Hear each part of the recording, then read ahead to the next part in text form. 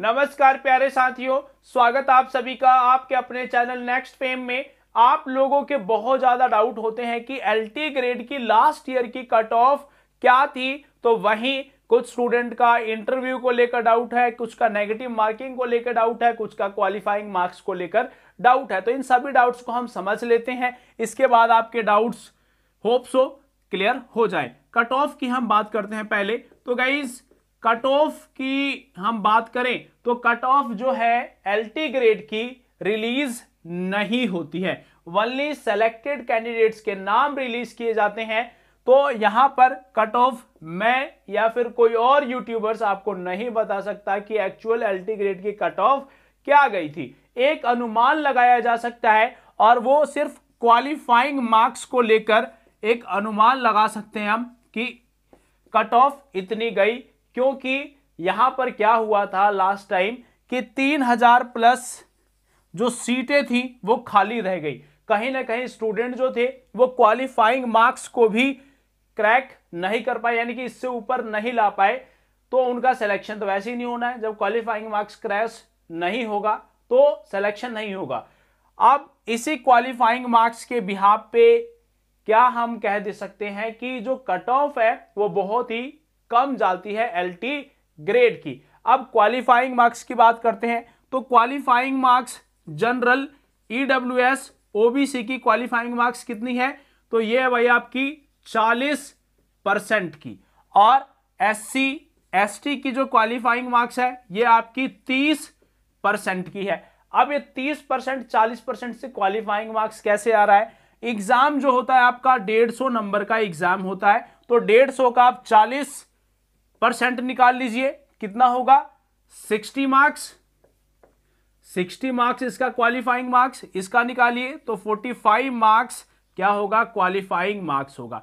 तो हमने इसको क्वालिफाई करना होगा, जिसके बाद ही हम मेरिट में नाम ला सकते हैं, और तब आएगा जब ज्यादा अगर कैंडिडेट्स हैं, सीटें कम है, तो जो ऊपर वाले होंगे उनका नाम आएगा, भाई तुम्हारा क्यों आएगा।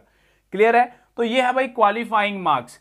अब यहां जो एग्जाम है, एक डाउट और आता है स्टूडेंट्स को कि क्या जीएस में पास होना जरूरी है? तो भाई जीएस में ऐसा कुछ नहीं है कि आपने पास होना जरूरी है। जीएस और मेंस दो सब्जेक्ट हैं।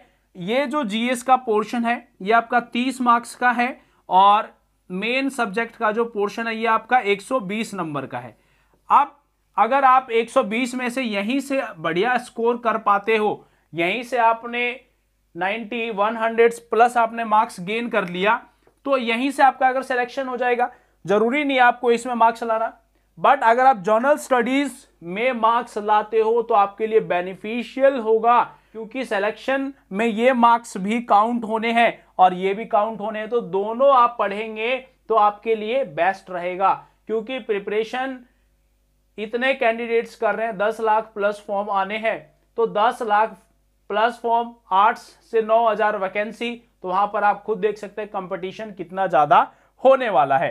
तो ये अगर आप जीएस में नहीं लाना है तो मतलब ये भाई मेंस में पढ़ के लाना है, तो मेंस से पढ़ के ले आइए आप। और 40% चाहिए आपको general EWS OBC SC ST 30%। ये सेकंड डाउट भी आपका क्लियर हो गया। अब थर्ड डाउट पे आते हैं इंटरव्यू को लेकर।